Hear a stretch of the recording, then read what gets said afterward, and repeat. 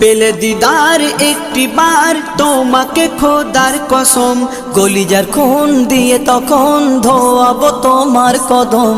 পেলে দিদার একটি বার তোমাকে খোদার কসম, কলিজার খুন দিয়ে তখন ধোয়াবো তোমার কদম, ধোয়াবো তোমার কদম। ওয়াইজ কুরুনি দেখেনি ভাঙে ইশকে সকল দাঁত,